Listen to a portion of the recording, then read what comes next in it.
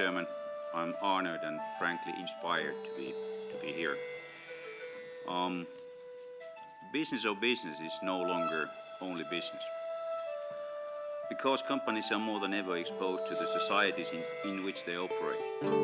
New business drivers, internal and external, have surfaced. People expect companies to take wider responsibility of their ways of conducting business. Society's higher awareness of companies' way of conducting business, caused mainly by internet and social media.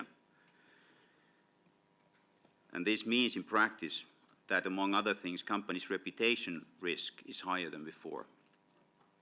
Public perception of companies' way of conducting business and reputation is not necessarily based on facts. In today's digital world, perception is reality. Because companies' reputation affects its business in multiple ways, reputation risk management has become a significant element of business planning and strategies already in several businesses.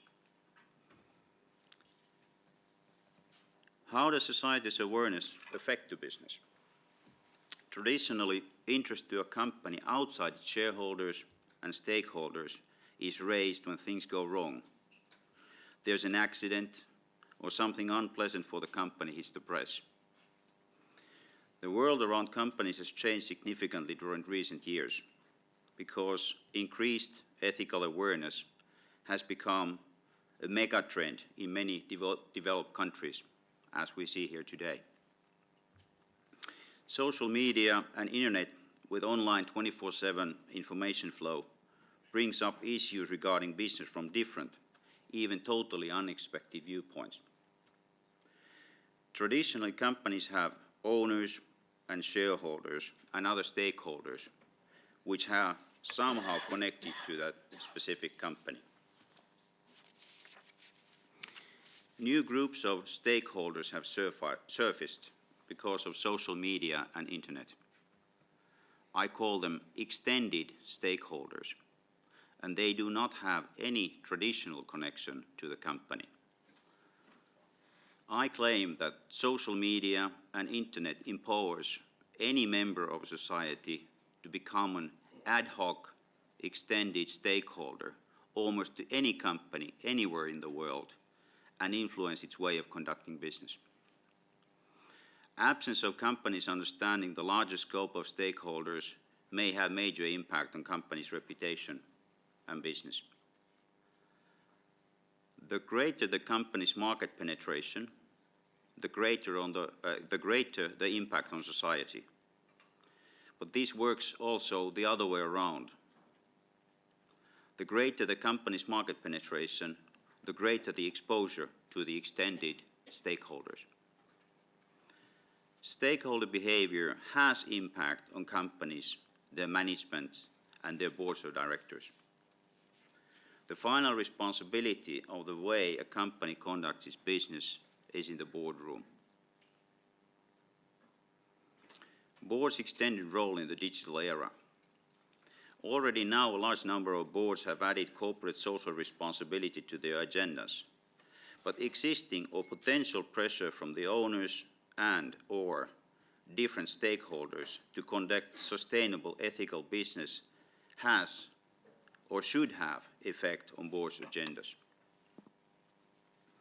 Companies' earning logic that is based only on maximizing financial shareholder value has already become under significant pressure in some business areas, as we have seen here today. Though the fact of the matter is that, as some people have mentioned here, we've seen the pathfinders here. The reality is different they're out in the field. Boards should create new type of shareholder value that adapts and aligns also with society's interests and expectations.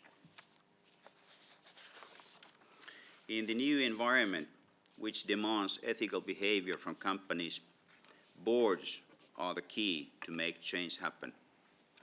Sustainable ethical business cannot be based only on behavior and actions.